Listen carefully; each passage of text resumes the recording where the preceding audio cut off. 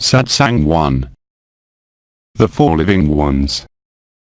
Tarifa, Andalucia. June 27, 2019. Here we go. Come on, who's starting the debates? Morris, do you still have questions? Brother, no, I have less and less. Yes, less and less, but, to animate.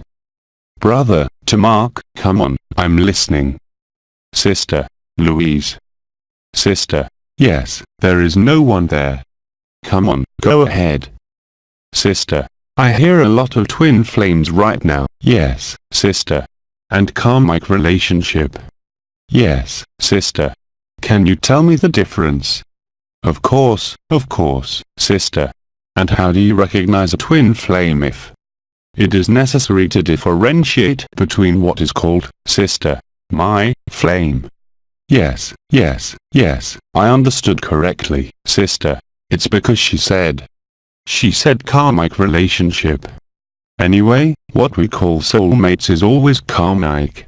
It always ends badly. These are people with whom you have indeed had very close ties in the past and who need a solution today.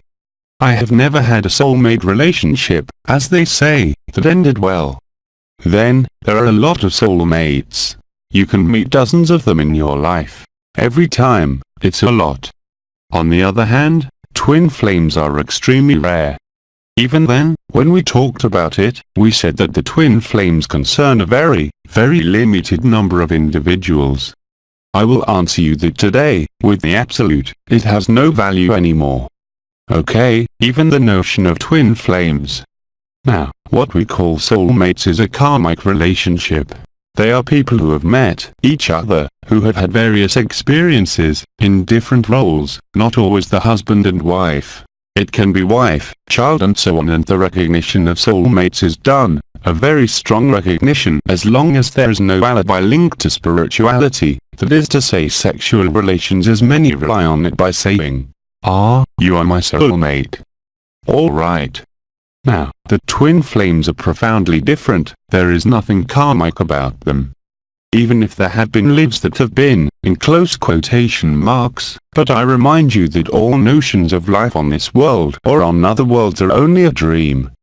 So even what we call the monad, this monad that is divided into two, called twin flames, represents a percentage, but extremely low in humanity. We are less than 1 per 1,000, or even 1 per 10,000. So all the people who gargle when they say I have found my soulmate, my twin flame, it is very simple. A twin flame, two twin flames get along perfectly whatever the characters and temperaments, there is never a hitch, never a confrontation, which is the opposite of soulmates. And today, to imagine a relationship with a kindred spirit or a twin flame, I would say that it would be a heresy. Freedom is total. Therefore, we do not need these concepts or even this reality today. The Absolute knows no monads, no twin flames, no soulmates. The soulmate corresponds to the reincarnations in this world. So we are in the dream. Twin flames is the stellar origin that is not necessarily known, but, in any case, a monad, what is called a divine spark that is separated into two complementary aspects, but once again, it is something that is extremely rare. So there are many, in the so-called spiritual domains, we talk about this in all directions. It's an alibi frequent enough to try to find someone, but often it's not true. Twin flame recognition is not emotional recognition, nor sympathy, nor empathy, nor karmic, nor linked to anything. It is an immediate recognition and, above all, it is reflected in the fact that it is impossible to have the slightest conflict. Sister, there are a lot of coaching videos on social networks, on YouTube. Yes. Sister. And in fact we agree that, now that, as you say, it no longer matters, but, if we are in 3D, what it shows them about this phenomenon where it is a very complicated relationship that allows us to evolve, to free ourselves from everything that is egotistical, that's right. Sister. They talk about twin flames too, so it's. No, there are many people who confuse everything. I tell you, many people in terms of spirituality are in the alibi of the meeting or the booty call, as they say vulgarly, and that's all, man and woman. The reality of a twin flame is something that shatters you in recognition, that is not a spatial, karmic or rather recognition that is really linked to the monad that has split in two, but I remind you that we all come from the same particle and therefore the same monad. Therefore, all brothers and sisters unnecessarily are twin flames somewhere. So wanting to focus, as some authors or people who are obsessed with twin flames and soulmates present it, are simply people who are unhappy in their lives and who hope to find happiness in this way, nothing more, nothing less, in 95% of cases. The twin flame relationship is so obvious in the experience, not in the encounter, in the experience itself, that it suffers no exception. It is a total, perfect agreement which, once again, gives a perfectly linear experience even with completely opposite characters, even without physical affinity in the carnal sense of the term. But indeed, there is a very lucrative business on the twin flames and soulmates like the energy today that has become a monumental business where everyone rushes into it in the hope of evolving, or helping or serving, but, beyond the professional or service motivation, what is behind it, especially today? Now that there is no more primary anomaly, now that love is gone, zero time is everywhere, going to get into things like that or looking for something like that is a heresy. It's absolutely useless if not to ruin life. Sister. Yes, but not, how to say, because we expect a fusion result that it rots life. But because most people who discover the spiritual world, who discover what we call soulmates, go there with their heads down. They obviously go, when you are open to energy, to feel a lot of things, but as soon as they meet a man or a woman, that's it. Sister. Yes, well, but it's, once again, a total disguise. There is no more soulmate, and even at the level of the twin flames, the reality of living in illusion is one thing, but what does it mean in relation to the absolute? Sister. Anyway, I think it's an opportunity for evolution, because the relationship with the other is, as long as you consider that you must evolve, I have said it and I repeat it, you cannot be free. Sister. Excuse me, cleaning up. But what of cleaning? You're perfect. Sister. Yes, but, as soon as you consider today, I wouldn't have told you the same thing 2 years ago, but as soon as you consider today that you must clean something, that you must purify something, you submit yourself to the laws of this world. A free being is not subject to any law of this world. It is an inner and outer freedom. You depend neither any food rule whatsoever, nor on anything. Freedom is total at all levels, and the difference, it is noticeable in what you are experiencing, of course. When you see the conflicts of soulmates, but it's something terrible, terrible. Moreover, I'm even talking about a real soulmate. I'm not talking about false recognitions like the false induced memories that we find with the generational trends, the family constellations and all that, which are only means to lead people into delusions. Love doesn't need that. Love doesn't need to be completed on the outside. This is still the person. This is still the person. This is still the illusion of karma, the illusion of evolution. There is no evolution. As soon as you live love, you live and feel yourself, and everything is manifested in your life with regard to this perfection of love. Love is not a feeling. So, if you start mixing love with what's called love feelings, well, you're done. The love we are talking about is well known as agape, whose Greek meaning is very precise. It is God's love for men. It is a human being, and among the spheres it is perfectly explained. The one who loves God at the height where God loves men, and when we say God, it is not Yaldibrat, the chief agent. There we speak of the source, the Father, ever in the sense that Christ wrote it and where it was written in Aramaic. From the moment you show this love in your life, you're free, and all that esoterico-energetic, spiritualist hodgepodge and everything that is in fashion at the moment falls by itself. It is a total illusion. Bernard from Montreal talked about an astralized world.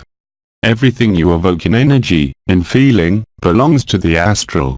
It is not the truth. The only truth is the fire of the Sacred Heart, this unspeakable state of love. Everything else is just passing through. It's just at the level of the person. It's just sometimes at the level of so-called spiritual laws. But what spiritual laws? Love needs no law.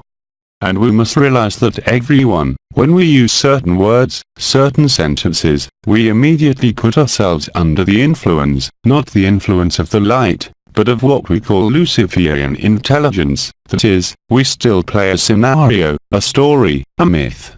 We are subjected, we submit ourselves to the laws of this world. Go say that to Nisargadatta, Bide or whatever. He will answer you in much more virulent terms, but he will tell you exactly the same thing. There is no more soulmate than twin flame, no more God than devil. There is only love, that's all. There is no one more. So if you want, I insist strongly on that. 2 years ago, it would have been pointless to insist since there was no possibility of living in zero time. There are only a few beings on this planet who have lived it so far. Even the authentic great masters had not lived it. Today, it's open to everyone.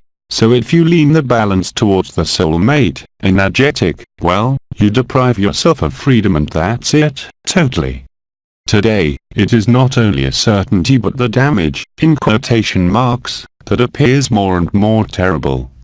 All those who devote themselves to this energy in a somewhat unbridled way with structured or unstructured knowledge, well, find themselves confronted with disorders, I would say intense in their lives, and it can only get worse. The one who is free has no disorder, of any kind, no illness, no disorder, no trouble, no nothing about the person.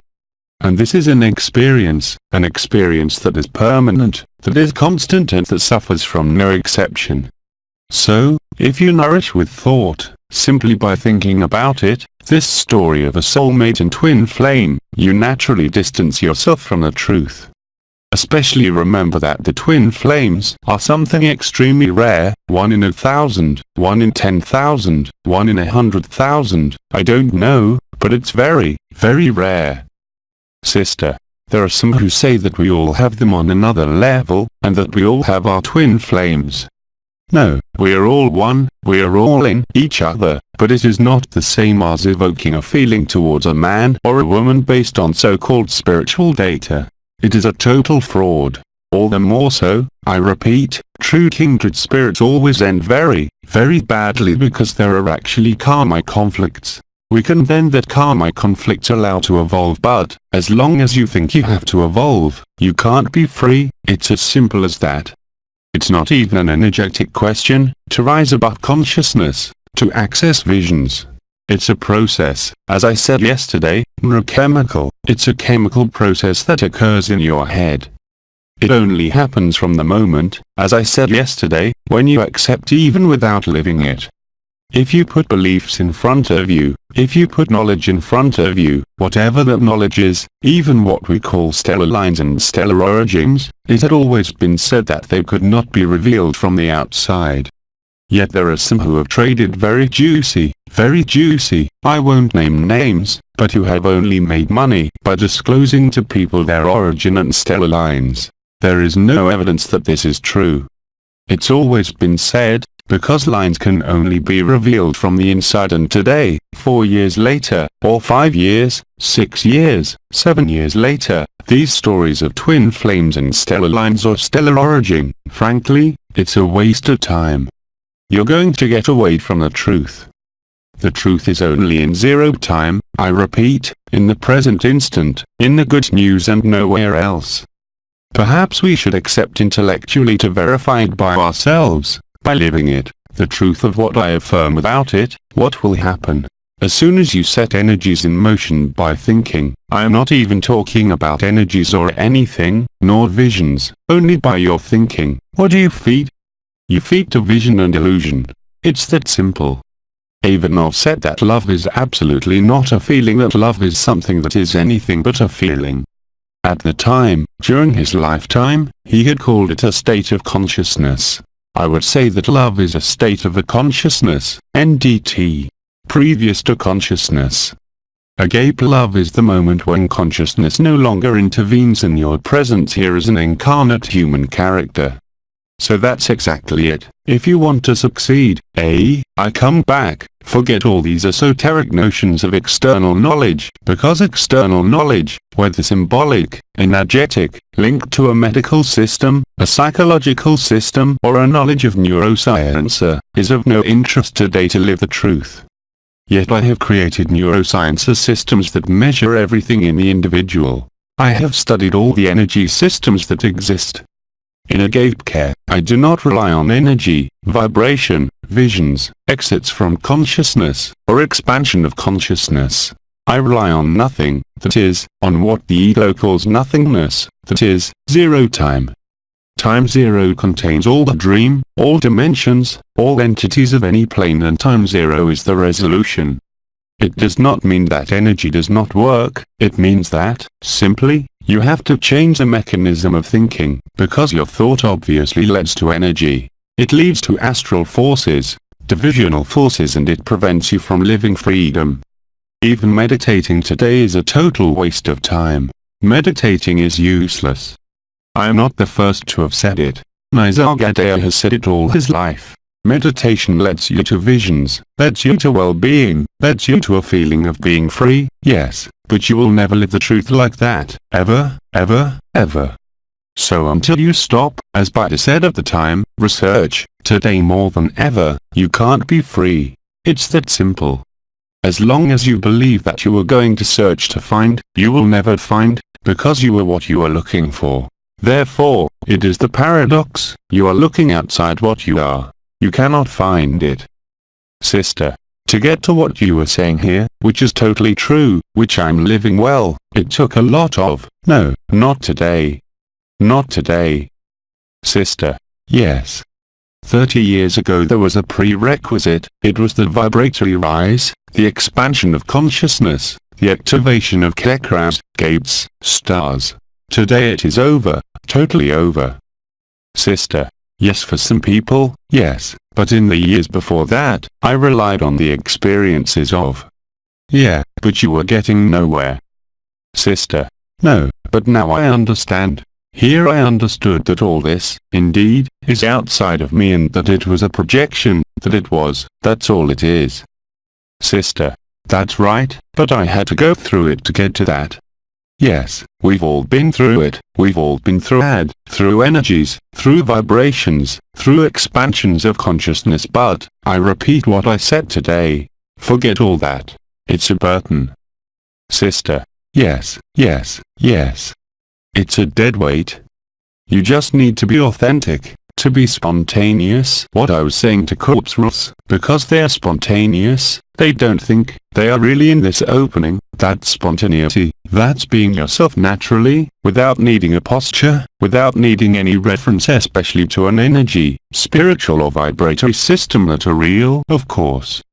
We have experienced expansions of consciousness, we have experienced them, we have experienced outings in naked consciousness, we have walked around in dimensions, in vessels, but it is useless compared to what is there now, that is, zero time. I said it yesterday and I repeat it.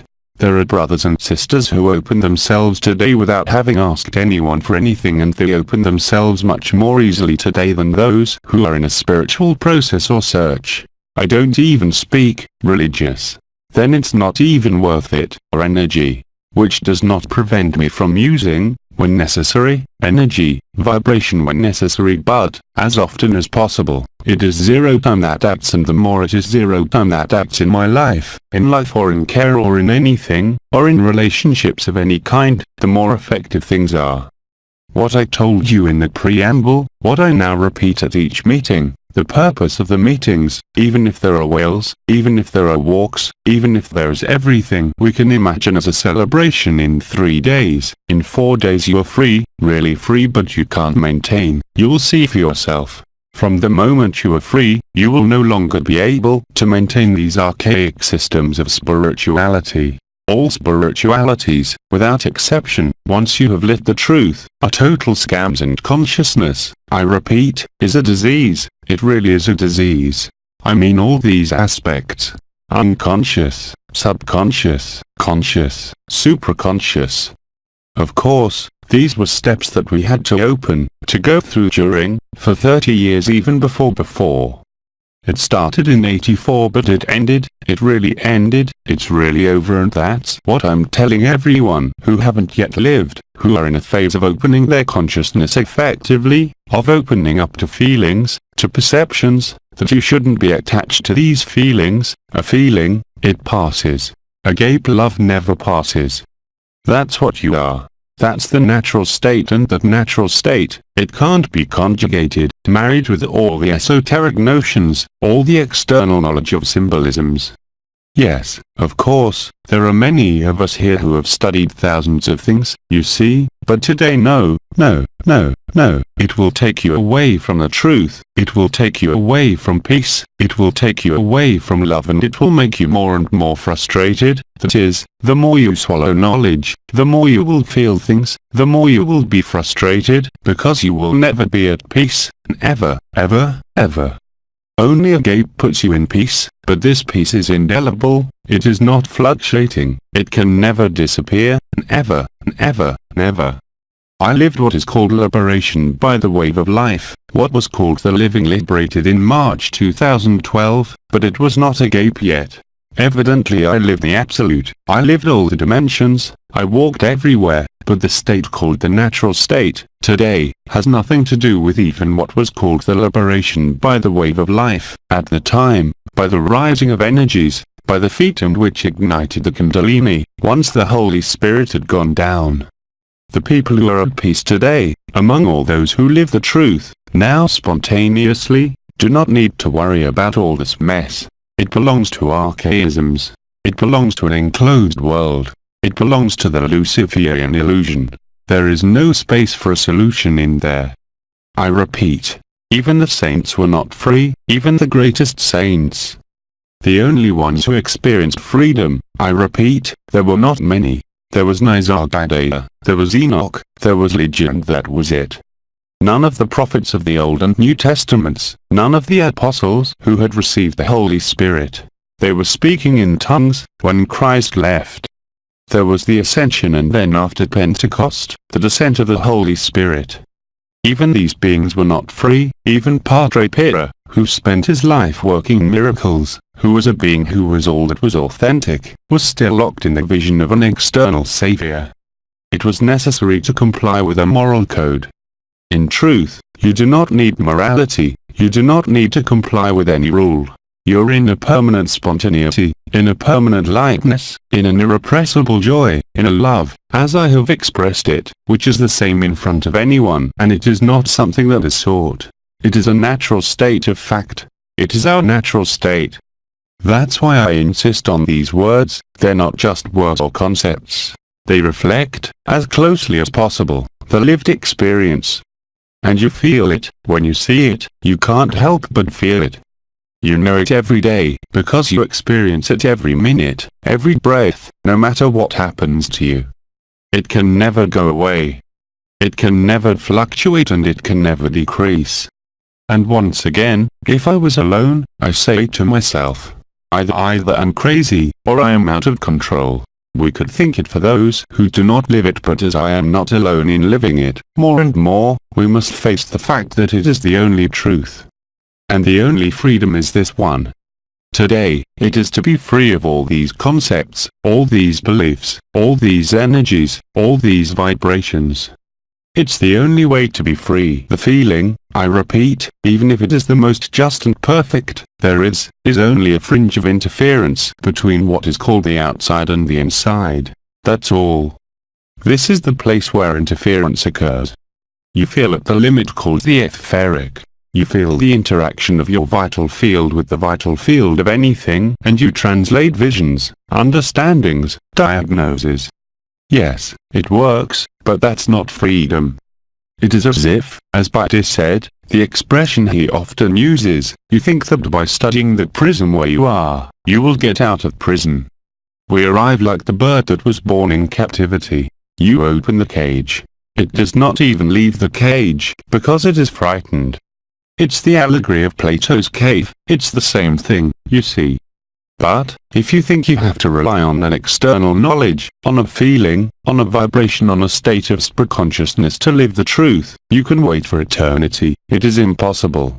In fact, that's how all the ascended masters, Katumi, Elmeria, the whole gang of Vestige main fans and 95% of the channels that are, as Bernard of Montreal said, completely astralized, God-caught.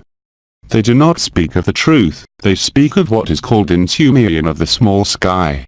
We differentiate between the small sky and the large sky, the small angel and the large angel. The small sky is everything that is below the causal world, and the great sky is what is called the Atmas or Buddhist state, and what is called in Hebrew the Ain, except or, because it is beyond the light. This is the true contemplative, as Krishnamurti also said in his lifetime.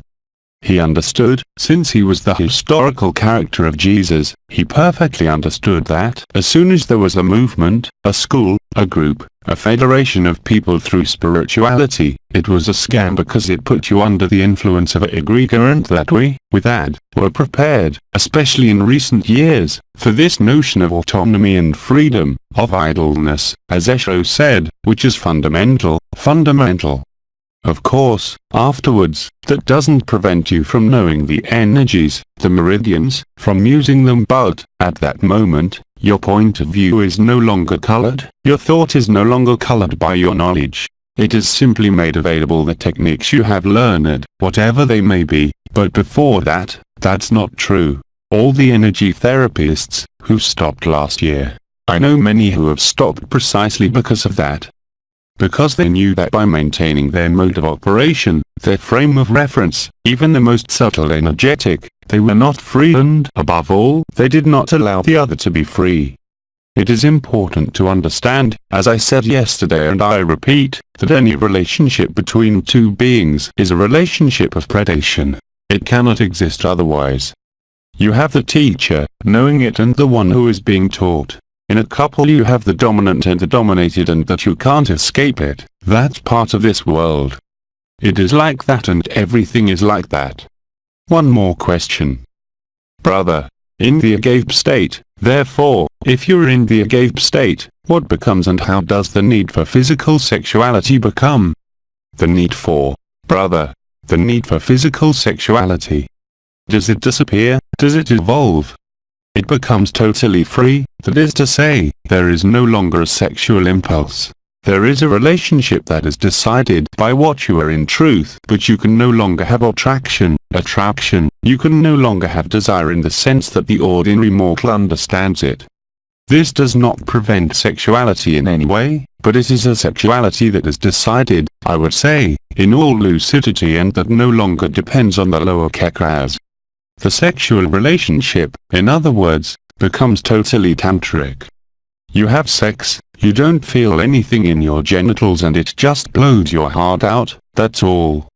But the very notion of desire no longer means anything, you are totally free even from that. You are free to eat. I can eat as I did in Morocco. 7 couscous in the week, or nothing to eat for a week. It doesn't change anything to my condition, it doesn't change anything to my shape, it changes a little bit in weight or kilos, but that's all. It disappears again after very quickly, you see. But you're really free. When I talk about freedom, it is total. You're free in relation to sleep cycles, you're free in relation to food cycles, you're free in relation to sexual cycles, you're free in relation to moral, societal, family and emotional obligations. Freedom suffers no compromise, no compromise. So sexuality, yes, it can exist, but it is magnified, because it is not linked to a drive, so it does not set in motion the lower chakras, ever. It always happens at the heart level, really and concretely. You feel it now, but I'd say, the genitals are just a socket, that's all.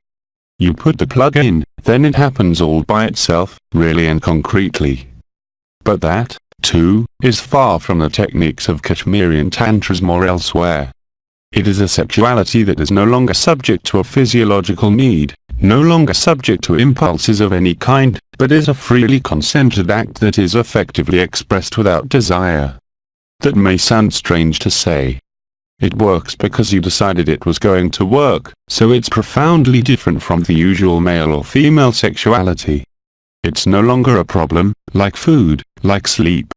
You sleep 10 hours or 3 hours, and this freedom, you can only see it in all areas of life, you see.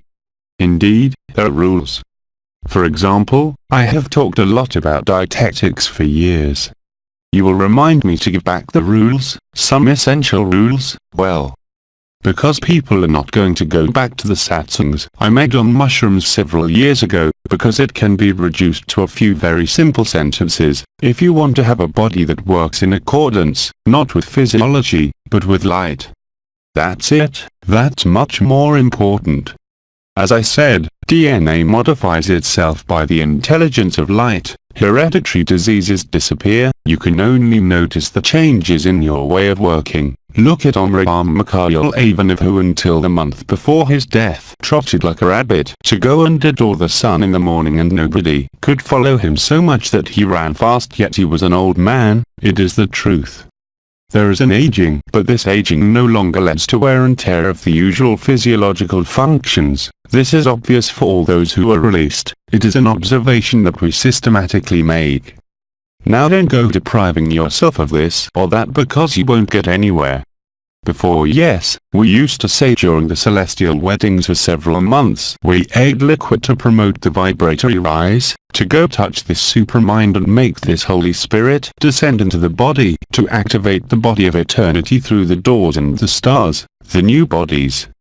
But all this today means nothing anymore. Of course it is present. Of course, when you live the fire of the Sacred Heart, you see and feel Yot Rekashiksedran, you feel the 24 rays, but your consciousness is no longer carrying it.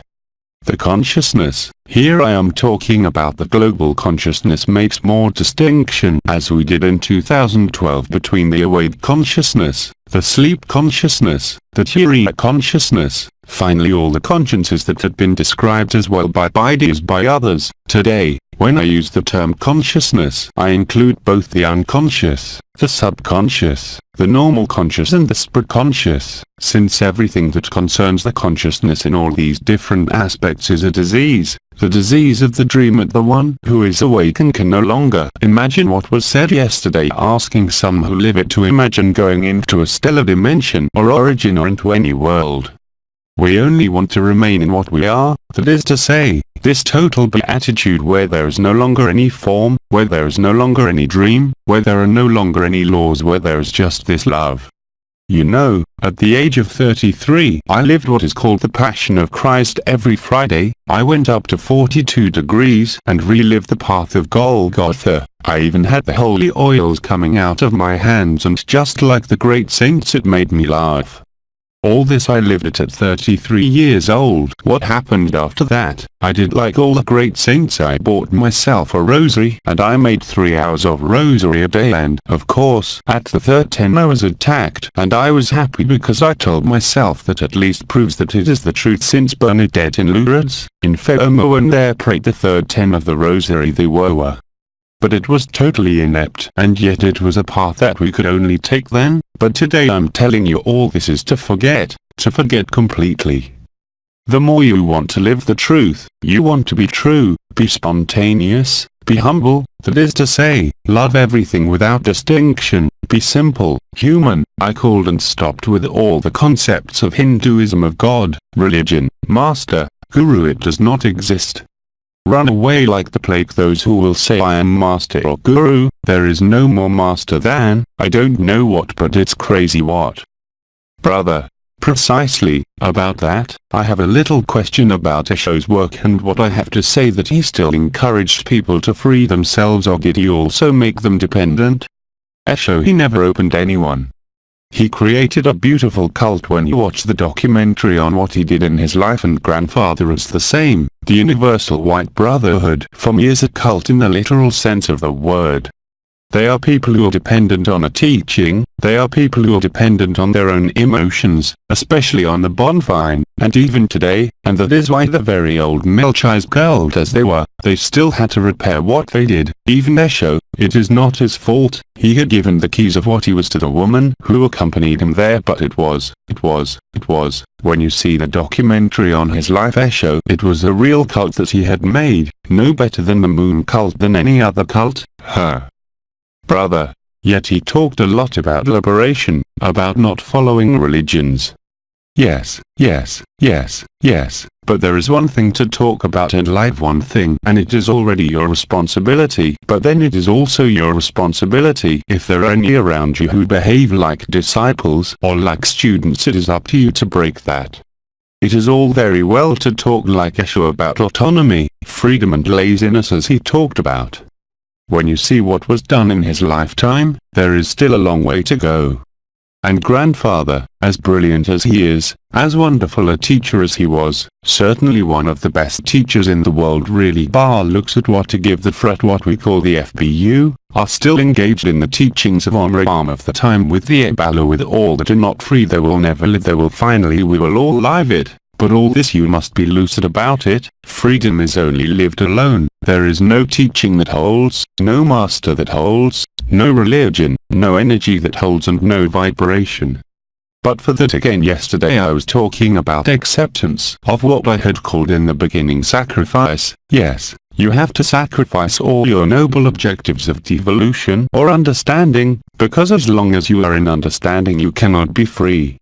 The understanding I am talking about now is not an intellectual understanding, it is the experience here on earth. I am not talking about the other dimensions, or what I did last year on Van Helden's mirrors, or the scenarios that were written long before creation, but simply by remaining in your humanity, that is, you have a better chance of living the truth that it will fall upon you than you discover what you really are by adopting Teresa's path of childhood, that is, humility, simplicity, service, self-giving, self-sacrifice.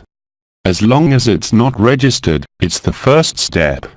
We passed with that upside down, because we had to touch the superconsciousness, so we expanded the consciousness with the vibrational phenomena that correspond to the consciousness. We activated certain functions for us and collectively, but afterwards, it was not necessary to stop there. All the ascended masters, all the teachings of these pseudo-ascended masters are only horns. The teaching of Alice Bailey that I know by heart, at the time, I was very young, I channeled all these horns, it is astral.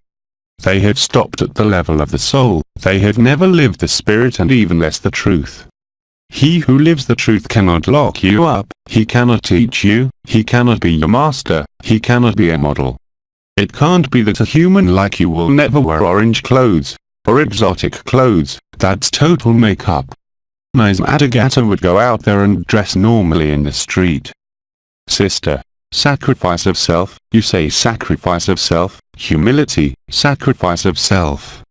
Humility, simplicity, sister. Simplicity.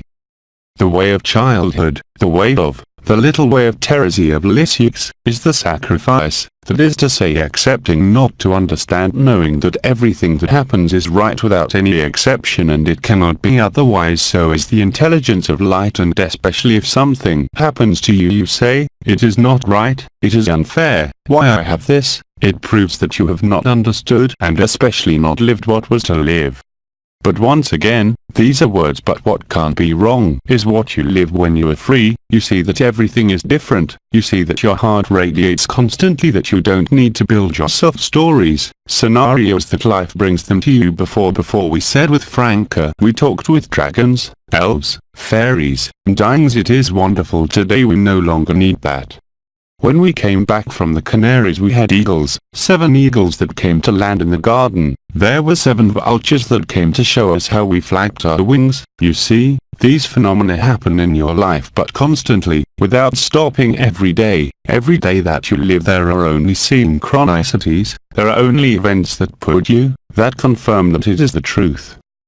Brother. But it is the light that also directs. Yes, it is the light that directs, brother. That's like puppets, led by the light. You're just a puppet. Brother. Yes, But then I'm not free if I'm a puppet. Brother, I am not free if I am a puppet. If it is the life that pulls the threads. But you're just a puppet. Brother, as soon as I go wrong or it goes wrong, then it's going to go very badly. Brother, to be happy you have to remain a puppet. The word happy, if you want, doesn't mean anything. You can't be happy. You can be free or you're not free. If you are free, you notice that you are in joy, and it is a joy without object, without reason, without subject, that is there all the time, night as well as day. You wake up at night, you want to pee, always enjoy. What do you want me to say to you? It is like that. Now it's been going on long enough. I'm not even talking about liberation, the liberated alive with everything we said between 2012 and 2018, but now since 2018 it's so evident, it's so light, it's so beautiful, it's so full of grace, full of liveness, full of joy, full of whatever is going on. Brother, in fact, it is very pleasant to let yourself be led, but exactly. Brother, what lets you is the intelligence of the light, but the intelligence of the light is what you are. The puppet is the body, the mind that gets excited. It's the emotions that are there, that's the puppet. But the puppets are controlled by the wire, as you say. The wires are the intelligence of light, and what holds the wires is what you were before creation, before the dream. It is only you, said by D. As I said yesterday, I repeat, the only difference between you and me, said to his audience, is that I know that I am God. You do not know you yet, and I say the exact same thing when I say I am Eba. It is the truth, and you are all no less than equal. It couldn't be any other way. That is to say, Eba had to be present in everyone in this dimension, as in all dimensions, as in all the peoples of nature. Brother, but we come out of a big flame. It's small flames that came out of a big flame, but now it's what we do, what we're doing. Exactly, this is what I called the rewinding of that film last year. That is, we rewind the yarn. That is, we go back through our own scenario. We rewind our own scenarios without having to live them, since everything has been experienced. But actually, markers, emotions, things that pass by, that go through, but you don't even take them into account. That is, you are so filled with this joy and love that you go out to have fun and enjoy what life gives you and offers you. You have no desire or spirituality, neither nor vibratory. It is impossible, and this change there if you want good. I think I observe things quite well in general, a panoramic vision quite right by the profession I practiced, by the neuroscience systems I created to see the reality of this, but not only in me but in those who live it, all without exception, and they all have the same speech, all without exception. There cannot be any other. Brother, let's just say that the small flames have gone and the big mass has shrunk. Yes. Brother, now it's happening in the other direction, and so it's getting stronger as we go along. As all dimensions approach the earth. Brother, is being inflated again. What? Yes, but after the flame there is what? There was never a flame before the first flame. The first flame, as you say, is the first dream, the first particle. But before that particle there was what? Nothing, just but attitude and love. We needed no world. That's what you are.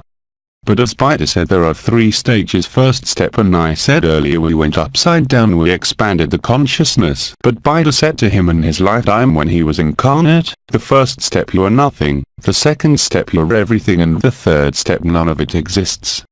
It is the truth. As long as you are subject to desires, here I am not talking about sexuality, as long as you are subject to a feeling of inadequacy, impotence or incompleteness, you cannot be free. Of that moment you enter into a quest, a search, a need for improvement, a need for well-being, which is logical but which is not the truth. This truth of which I speak, and which we are living more and more blatantly, it does not suffer from any discussion. Because it's not debatable, you can only recognize yourself. I've always said it, when you experience this love, when it touches you, you know it because you recognize yourself immediately. So before actually went through the wave of life, it went through the fusion of the three crowns, it went through the chakra of the fusion of the canal of Mary, with the chakra of the heart, the new Eucharist, and now it goes only through the little point that is in the heart of the heart, and the little chakra of the heart that we call the true chakra of the heart that has never been active in anyone, ever. It was pseudo-open when people had really pacified their ego a little bit. It expressed the self here, but the dominant center is that one is the head, it is not the heart. Today it's the heart, and you can feel it. When I said that I feel when I talk, I don't talk about here or there, it's talking about there. I can't help it, you see. I never prepare what I'm going to say, I never know what I'm going to say, but I don't need to know what I'm going to say because it speaks for itself. Of course, it is different when we go to areas of neuroscience or knowledge learned, for example, on mushrooms, but it is another area. It has nothing to do with it but at the level of truth. The truth, you can't discover it anywhere but in the heart of the heart, that is, in yourself. No external knowledge can lead you there, and today it is a way out. It is a way out of the truth in a formal way, without exception, whether it is religions, teachers, you can put everything in the same package.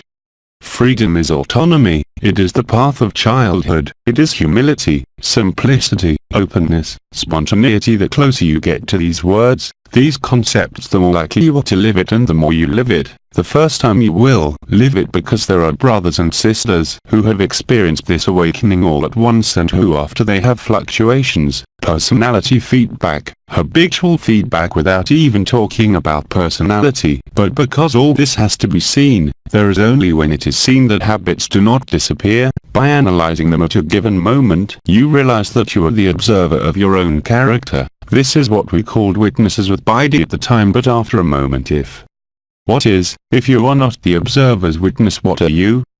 Because in the end you are neither the witness nor the observer. It concerns spirit consciousness, that is, the self, but you are not the self.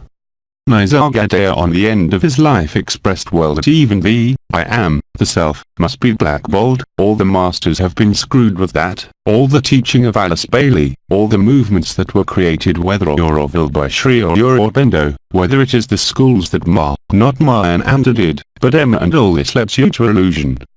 There is no freedom in there, but to be free you must already accept the freedom of the other, or to accept the freedom of the other is to take it as it is, without judgment, without bias. It doesn't stop you from seeing clearly, it doesn't stop you from seeing clearly about some brothers and sisters, but you love them as I say. What else you can do? Nothing. It is not immoral conduct, it is an evidence that is there on which you can do nothing, you can't oppose it. And at that moment, of course, your feeling not energetic, but your feeling of freedom becomes a permanent jouissance. Sister, you don't get up in the morning. Sometimes we get up in the morning. Sometimes we don't feel good. Sometimes we feel good. So in fact you feel good all the time when you get up in the morning. Yes, good and evil is a concept that belongs to this world. So I make no distinction between good and evil, since everyone plays a role, whether it is the most prestigious of geneticist mothers or the most rotten of Ekans. They have only played their part, especially the ones like the others do not have freedom. I am talking about the greatest geneticist mothers among them, and I am talking about the Ekans. The two of them never had the slightest freedom within the dream. They accompanied that dream. It was mandatory. It was part of their creation from beginning to end. It is mandatory to it. That is why you want the only solution. The only solution is in everything that has been taught to us for some time. The little way, the way of childhood, the humility. I will not repeat all these words I said there, but that is what was most conducive to making you live what you are beyond being, that is, non-being. Non-being for the ego and for the self is a heresy. They call it nothingness, but they do not know that nothingness is at the source of everything, and it is in total nothingness, where there is no world, no form, no dimension, no presence, no entity, no consciousness, that you are true. The chance we have today is that it is not 3 people on the planet who have lived through. There are millions today. It will be the case for everyone without any exception. Sister, it's a big like an animal. We're a little bit in a state. In this case it's a little like that, right? We have a little something, you can't imagine it. The problem is as soon as you try to make a representation, for example, the story of the small flames that join a big flame is what I told Morris after the flame or before the flame misses a stage there. There, sister. When I say a little bit, why? Because a cat is always fine, there is no question of time or space. I don't know a little bit, well. There is no time or space when you live freedom. You are, of course, subject in this body to the passing days. Yes, time passes, but in what you are fundamentally beyond being, there is no time, no space, no dimension. Dimensions are part of the dream of creation, and the lowest dimension that is ours is actually the highest dimension, since everything starts here. Besides, you know very well that there are people today who are looking at rather particular data where in fact AYOUN that we see in the sky that we call the source, the Pleiades, is nothing more than the center of the earth. The projected image, by the way, we know that the stars we see, the constellations and all that, it's a theater set, it doesn't exist. Moreover, in Sumerian cosmos it is called cosmos, it means snake skin. Vatican, it also means snake, yeah, well, it means Yaldabaoth, i.e. the chief agent. Allah, it is the same. All these are dimrages, as they say in the teachings of the Nag Hammadi manuscripts. I prefer to say the Nag Hammadi manuscripts than the essence, because the essence never existed, contrary to what some so-called spiritual guides conclaim. But in the Nag Hammadi manuscripts, it is said that creation is the work of a mad dimraj. Yes, quite so. And the mad dimraj is not only Yaldabaoth, it is all of us, because we have all been Yaldabaoth, we are all Mary and all Jesus, we are all the murderer, we are all the saint, and you have no way out as long as you make any difference, any distinction. So you put a distance, and as soon as there is distance, there is space and there is separation. That is why in the heart of the heart at zero time, in the ultimate presence, the infinite presence as it has been called, or Shatingilaya or Saturday Chitananda, finally we can take words in all the traditions that you live the truth, not above all. The rest is only done to seduce you, only to bring you into the experience of consciousness and make you believe that you must evolve when you are free. Evolution does not mean anything. You are perfect from all eternity, and I am not asking you to believe me, I'm asking you to accept it and check for yourself if it exists or not. It is not the same. As I say all the time, no one can follow me, it's impossible, no one can follow anyone. As long as you believe you follow someone, a guru, a master, a religion, well, you can't be free, it's impossible. Yes. Sister. Yes, that's exactly what Gautama the Buddha said, that's what he taught, that no one could follow him, that we had to live, to experience. Of course, sister. That is, there was nothing, neither self, nor soul, and it worked. What do Buddha's men do with them? They made them Buddhism. Sister. I'm not talking about Buddhism, I'm talking about of Buddha, sister, of Buddhaland, and, yes, sister. And someone who lives as the Buddha did, can he free himself? Who are you talking about here, the original Buddha or, sister? I am talking about any Buddha, but especially Gautama Buddha. Gautama Buddha, yes, sister. Gautama Buddha, who has done this again, someone like him does not follow him, has no religion, it is not Buddhist, but simply follows his original teaching. I have a feeling it matches that. Of course. Sister. So there are people who certainly perhaps could have been released in this way. A part of the three I told you, the others wasn't really free. Sister. So the Buddha was not released. Even Christ was not free. I and my father are one. Sister. And Gautama Buddha? No more than that. Sister. Okay. No more. Even the founders of Advaita of Dainta, the non-duality is in the non-duality of Kashmir. Advaita of Dainta was not free, it is false. The only one that is really expressed to perfection in any case before dying is Nisargadatta. After there were many people, Christian Singer, Jeff Foster, Dr. Ben Alexander, there are many names of people who really live the absolute, they actually live it. There are others who are big falsifiers. Big mythomaniacs. You see it as soon as there is a written sentence, you see immediately if it is the truth or not. Because whoever places himself in the absolute and whoever is not, he will constantly refer to duality.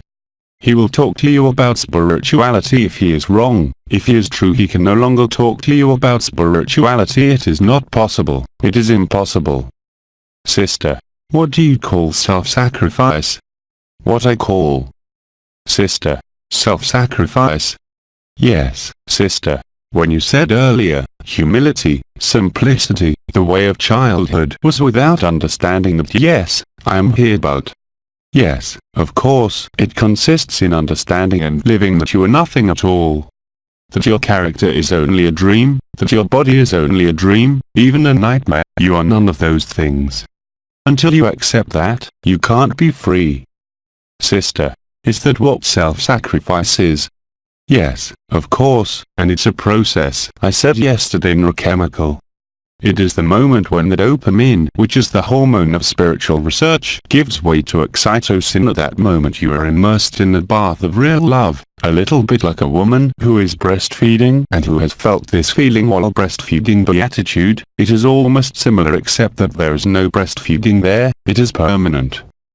Sister, can it be compared to forgetting yourself? To this, sister, the sacrifice of self. Sister, to forget yourself. Yes, of course.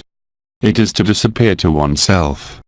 Already when there is a spiritual search you never disappear to yourself, because as you search, you will meditate, you will align, you will do meditations, you will learn systems, you will practice rites, you will practice exercises. You will never be free, never. Once again, this does not prevent you from using yoga or an acupuncture needle, but the fundamental starting mechanism is this one: as long as you are not sacrificed you cannot be liberated. We always say, it is not the person who is liberated, it is you who are liberated from the person. It is not the same thing. As long as you have a person's point of view and you have thought of being liberated, you will never, ever be.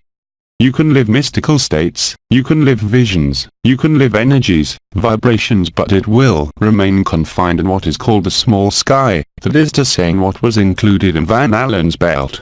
The great heaven is beyond the causal, beyond form and beyond dimensions. Once again, the result is concrete, that is, it will be translated into this life here on earth, in this body, in this form, and if, as long as you have not returned to this humility, this simplicity that is automatically imposed, it is not something that you seek or cultivate, it is something that is quite naturally part of the process that we have called liberation, which consists simply in understanding and accepting that we have always been free to live it. It is as simple as that. All the thoughts you put in front of you and all the stories you put in front of you, all the energies and vibrations you will put in front of you today are a break on this state of freedom. There is no other alternative. You can't escape it if you accept it or not. It doesn't matter, it can only be like that, and it's not even a spiritual speech, because I could talk about neuroscience for hours. It's perfectly proven, perfectly demonstrated and perfectly accepted. There are changes that occur at the neuroanatomical level and not neurochemical level, when scans and MRIs are performed on beings that are released. We can see that the areas of the brain that work are not the same. While those who are in the astral, they are always under the influence of the punishment circuit. So there is the balance between the reward and punishment circuit. The reward circuit has not taken over. They are people who are permanently self-punishing, through guilt, through the ego, through the suffering they will experience in their lives, whether emotional, family, physical or other. A free being cannot suffer. That's impossible. Whatever his age.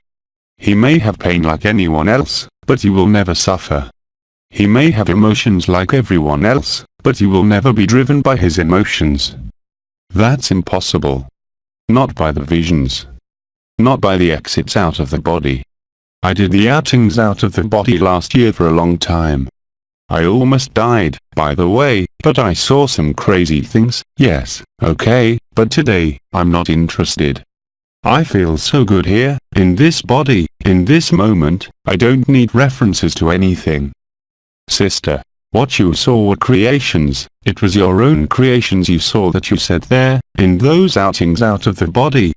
But everything is your creation. It's just you. It's just you. The other one is you. Everything is you. When you sleep, the world disappears. Do you wonder about it? No. Well, there you go. When you're released, you're awake. You don't have any more questions. And what you are living is the truth. And everything you experience in the dream is accepted and lived through. You are fully present. You do not flee the world. You are not seeking to retire to an ashram, or to a group, or to a community, or to a religion or other. No. You are perfectly in your place wherever you are, with or without money, with or without a woman, with or without a house, it doesn't matter. Brother, and as a person too? Are we in this place as a person? Yes, also, of course. Sure, of course. You use yourself, but you know you're not that person. You know it because you live it. You use your body as a vehicle, but as you're transparent, the body can no longer stop anything. This means that diseases disappear, really, truly, really and concretely. Brother, and when we say that it is others who are important and not ourselves, do these other people, or it's all the others. As long as you consider the slightest living being, or the slightest flower, or the slightest plant, or the slightest animal, as different from yourself, you cannot be free. Everything is you. And that's really what you're going through. And that is why when you express yourself through your ordinary consciousness, in your simplest humanity, you see that you respect this in its entirety. You can't judge. You can't condemn, but that doesn't mean you can't see clearly. You can't love this or that more. That's impossible. Even if you wanted to, you can't. It's mathematically and neuroscientifically impossible. Once again, today, it is the neuroscientists, and astrophysicists, and physicists, who are most at the forefront of the truth. They are not those who are in spirituality and energy, brother, as a person, and then as a person, and direct understanding, not intellectual understanding. Not by an understanding you're going to learn, but an understanding. For example, you discover a mathematical law, that's discovery. You understand it because you discovered it. Brother, yes. Here, it is the same for the inner experience. You discovered it. You've crossed all the shadows. You've been through all the dreams. You have agreed to disappear from yourself through this sacrifice, and you see the effects. That's all. That's all. And your life is, as I have been saying for a year, you are no longer your life, you are life. And wherever you go, whatever you say, whatever you do, it's perceptible. It's not something, you're not trying to play a role, or put on an outfit, or show anything. I don't care about that. Because I know that everyone else is me. Brother, yes.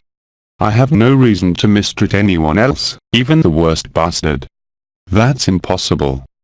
Brother, yes, but we are all dissolving ourselves. We're all. Brother, we're having our person dissolve. So the person dissolves. Yes. Brother, but other people are also in the process of dissolving or spitting out what needs to be spit out.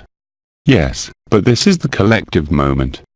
It is the moment of the wide paradise, the solar flash, the Nibbia event, finally the call of Mary, and the trumpets. This is the collective event. The collective event is not yet here, it seems to me. Even if it is very, very imminent and closer to everything that is happening on earth, but we have not yet lived it. And this is an advantage because, the more people live the truth, and the more people live life, the more we cushion the shock of those who will cling when they see their bodies disappear and their consciousness disappear. Brother, yes. But we don't have to help them. No. Brother, exactly, that's. Yes, it is. If, spread the good news. But spreading the good news is not in the speeches. She's just in your presence. As I explained yesterday with Pascal, you are becoming the catalyst. That is, you are not an agent that will act, you are not a chemical agent that will act on anything. But you can see that's how it works. Brother, yes. Like Christ, when he walked in the street, he said, "Who touched me?" The woman is healed, or the paralytic who is healed, or the blind who is healed. As he says, it was not me who saved you, it was your faith. Brother. But faith in what? Faith in the truth, not in a character, even if he signs Christ. Brother. I mean, if we help people, we keep them in their dissolution. Yes. The only help, the most authentic help, is to be yourself. Brother. Yes. That is to say, if you're in the truth of your present moment, aligned in the heart of the heart with all the words we have used, you're in this permanence of the fire of the sacred heart. It is the best help you can give to anyone, because this help, it is available, like the sun, for everyone, wherever you go. And I don't make any difference. I'm not looking to help anymore this person or that person. It happens in stores, it happens anywhere, I can't help it. Brother. Yes, helping others can be as simple as letting them live what they have to live. Exactly what I was saying. Let the dreamers dream. Brother. Yes, all right. All those who are in the projections of consciousness, with their new earth, their new root race, paradise on earth, or in the 5D, let them dream. Brother. It's another dream. Yes. They'll stop dreaming when the dream is no longer possible. They're going to be seized. That is why there will be 3 days of what has been called stasis. They will be seized, if you will, by what they are, that is, the light, and that they will see at that moment, that they are anterior to the light. And that the light has also been an impulse linked to the dream of creation, but that the light does not need to be manifested, neither this world, nor in any world. Sister. There is still if there is someone who is suffering, for example, we leave them, if they ask you for help, and you see that the situation is not good, we can't look, and at some point, we are still. As long as you rely on a speech, to prove anything, it's useless. Sister. No. Without proving anything. Sister. Without proving anything. You don't have to prove it. But I have nothing to prove. Sister. No, but we're not talking about proving it. Someone who is in trouble, who comes, in something loving, who comes to you, who doesn't go well, who's spleen and who comes to you. At some point, we talk to them, we're not going to stand by and do nothing. But I'm not sitting around doing nothing. There are people, you know very well, when I do care, there are people who ask for example, what did you see? But I'm not saying anything. You're the one who does it. I won't say anything else. Because it feeds, if you will, stories, it feeds scenarios, it feeds explanations, it feeds causality, and it doesn't make them free. But to make free, you cannot make free, no one. But you can put it in resonance at 0 time, what we call the agape resonances network, or the agape resonances, or even, the fire of the sacred heart. There is no need for justification or explanation, energy or vibration. Other sister. Yes, what she actually means is, I don't know if you're okay, it's that someone goes to see Annie, for example, finally someone, to talk to her about her problem and it will get worse, and she wants to redirect the person to get out of. Sister. No, it's not leading, no. I'll give you an example. I have my son who's burning out. Yes. Sister. He calls me regularly. He explains the situations to me. I give little things where he realizes some things he didn't see, for example. Well, after that, I can't stay, I can bring things that can also activate up, he realizes some things. He is aware of certain things. Yes, but that's your responsibility. You're a mother. Sister. Yes. So this is a social, human, normal role. Sister. Yes, that's right, but, we are still communication beings. I mean, the energy, right? The energy. No, I'm not talking about energy. No more energy than. Sister. No, of the light. Yes, if you want. Sister. The light you're talking about, okay, but, she is. No, not at all. Wrong. That's totally wrong. Brother, it's not about who you are, it's about the person. As long as you remain in communication and explanation, you do not make the other person free. Sister, that's not an explanation. It is an awareness, at this point in time, him, there. He is at a time when he doesn't understand what's happening to him. At some point, I put on some little awareness stuff, I don't know. An example. He says to me it bothers me in my work, they're all laughing, and I'm working, and I have this. And I tell him what bothers you, why? But this is not about the truth. It's about personal history in the person. Sister, yes, all right. Don't mix spirituality, energy, or light with that. That has nothing to do with it. I talk to you about spontaneity, when you walk in the street, or in the care, or in the agave resonances, where I don't want to know anything about people. I don't want to know what they have, and I don't want to know anything. Sometimes, yes, it is necessary. But it's very rare. So, we must not confuse what is the domain of your responsibility as a mother, quite simply, which is a responsibility of the person, that you will have until the end of your life, as a mother. That's normal. But now I'm talking about something else, not that. I'm talking about the natural and spontaneous state. The one who is in the eternal and absolute I, he does not need to communicate. He needs to be and not be. And it is the zero time that is diffused, that acts. So of course, those who are obtuse, or refractory, or who do not want to live it, will not live it. They will not live anything. It doesn't matter. I have no one to convince, I have no one to seduce, I have no one to change. Of course, if my son asks me for advice, I'll give it to him. Of course, if someone asks me for specific help for a fungus or disease, I will give them the name of the fungus. But it's about the person. What I am talking about here now is the spontaneous inner attitude of the one who lives the state of agape, who is a total, permanent gift, but who does not need personal elements. Even if sometimes they are necessary.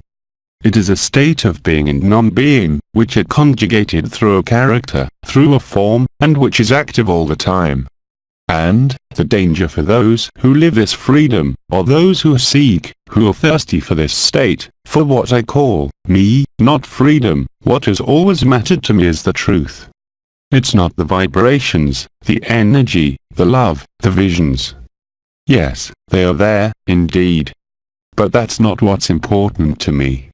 That is not even the truth of this world. Even though I have been a seeker of truth in this world, through neuroscience, acupuncture, or whatever I have studied in my life, but it was to understand this world. But again, understanding this world will never make you live the truth. I repeat, it is evident. Besides, First Epistle of St. Paul to the Corinthians. You can speak the language of the angels, you can communicate with all the entities you want, you can have faith to move the mountains, if you miss agape, it is useless. This is the major text. Yet, it was St. Paul, it was not the absolute reference. But the First Epistle of St. Paul to the Corinthians tells the truth exactly. You can speak the language of angels, you can speak the language of geneticist mothers fluently, if you lack love, it is useless. However, this love we are talking about is not a personal love. It is an impersonal, unconditional love, which is called unconditional. But when you call him unconditional, it already sets conditions. I prefer agape love, because agape at least is clear when you look at the meaning of the word. Besides, it's vibrational, in the brain. The brain resonates in syllables. What is called the language of birds. That's why the birds' tongues work so well. When you say ni, it means I and we. The brain hears that before hears ni equals joined. What is called the language of birds. What was developed at the time by Ethos, Dr. Ethos and many others. But all this belongs to the prison scenery. But it'll never get you out of prison. The only way out of prison is already to accept that this world is a prison, that all worlds are a prison, that the form is a prison, even in free worlds, and that you do not depend on any form. What is happening today, for all the brothers and sisters who are liberated and who live agape? Of course, for those who have a stellar origin of Elta, we felt the beak growing, the wings growing, and other appendages growing. And now what are we seeing? We see our own body of eternity, that we were, now, so enthusiastic to see, to feel, that deflates like a bladder. That's bullshit too. The body of light, the seamless body, the immortal body, it's a fraud. There's only what you are, beyond being. That is, you're everything. As long as you have not lived it, you turn, and you turn, and you return to your head, to your experiences, to your life. You're going in circles. What? You're going in circles. Even if you feel like you're evolving, you can only go in circles. Now, once again, no one can follow me. You can only live it by yourself. There is, of course, yesterday you did it, the Tony respiratory movement technique. What I will show you tonight too, what you will do tonight, the fire of the sacred heart, as I did last night, but here, in network resonance. I'll explain how. Not one by one, but by several. But we'll see about that after dinner. You have no other option. You can experience mystical states. Even before the liberation by the wave of life in 2012, I remember, in 2010, I was traveling under Mikhail's wings to senseless dimensions. I was completely lost, I didn't understand anything about what I was going through. I had no body, I was a point of consciousness under Mikhail's wings. I saw things unfolding, stuff folding. I saw incredible lights and shapes. And I was passing, what I call dimensional jumps, absolutely incredible, it was exciting. But it can't be compared with what's happening now. It has no point of comparison or support. It has nothing to do with it, nothing at all. And you can feel it, you can live it, if you want. It is something that is understood because it is lived. It cannot be an intellectual understanding, a vision, an energy, or a vibration. That doesn't mean that the energies and vibrations aren't there all the time. But my consciousness is no longer coupled to that. My consciousness is formally coupled with what has been called the fusion of being and non-being. That is, the junction, the moment when you're in supra-consciousness and the extinction of consciousness, which is now permanently maintained through this body, through this ephemeral, and through the point that is at the center of the heart, there, which has been called the heart of the heart. That's a constant. It's totally constant. And you can only see, as I said, the changes that are happening in your life, which is no longer your life, but which is life. You're available to answer any request for help, whether it is personal, or at another level. It can't be any other way. You can only give. You can only give yourself. And this is not moral conduct. It's something that's natural, something that's spontaneous. It can't be any other way. As long as there is reluctance about these words, it is evident that somewhere there is still ego, it is evident. No, that's not possible. No, that's not true. I can't be God. I can't be the other one. Well, when you see it, I'm sorry, it can't be any other way. And besides, you come out satisfied. A satisfaction, an ecstasy, but real, which is total and permanent. Total and permanent. Now, once again, let the dreamers dream. There is no point in going to a rabbi or an imam and saying, you know, your religion means nothing, you don't exist and it doesn't exist. What do you want him to say or understand? Nothing. Let him dream. Since the dream stops for everyone. When the time comes, they will understand that they've dreamed. The important thing is that those who are on the way to this openness, this thirst for freedom, accept these few words I am saying, to be free. The others, I love them. But there's no point in me talking to them like that. It's no use even listening to what I say. They're going to call me anything we want, a devil, an impediment to going in circles, a devil, I don't know what. There are even friends who allow themselves to write that I was taught love up there before came down so that I could express it. No, but wait, you have to be completely insane to say such things. Love, you live it or you don't live it. It just proves that those who write this don't live it. You can see it, I call them red noses, you can see it like a nose in the middle of your face. You have people who write about every bit of danger, who are very well known. I guarantee you they haven't lived through anything they write. It's so evident. Silence. The speech is one thing. What this speech translates into in simple words that are written is something else. And there are words that cannot be misleading. This is the example we gave earlier with Morris when we say small flames that join a big flame.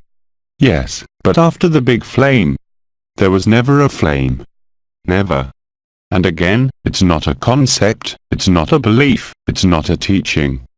I'm only translating my lived experience, which is the lived experience of millions of people at the moment. I have met many of them there in Quebec, wherever I go. And these people, they're like me. We know it, we recognize each other. We don't need to talk to each other, we don't need to communicate, even if we enjoy doing it. We've been through the same things, we've been in the same ships. We have lived the same states, the same stages, the same experiences, but all this is behind us. Certainly, at the time it allowed us to get closer to them, but today it is totally useless. Even it's cumbersome. It's cumbersome. Be simply true, be simply spontaneous, and you will discover what humility is, such as Teresa imposed herself in her little voice to live it. And whatever our age. You don't have to be a child. There's no difference between the one who's 20, the one who's 40, or the one who's 80. We have the same availability to live this. Whatever the state of our body, and even I will say again, whatever the state of our beliefs. Brother, you were talking earlier about food, about recommendations. Yes.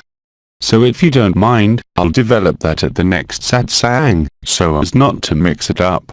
I'll take it up again at the beginning of a satsang on Saturday, not tomorrow.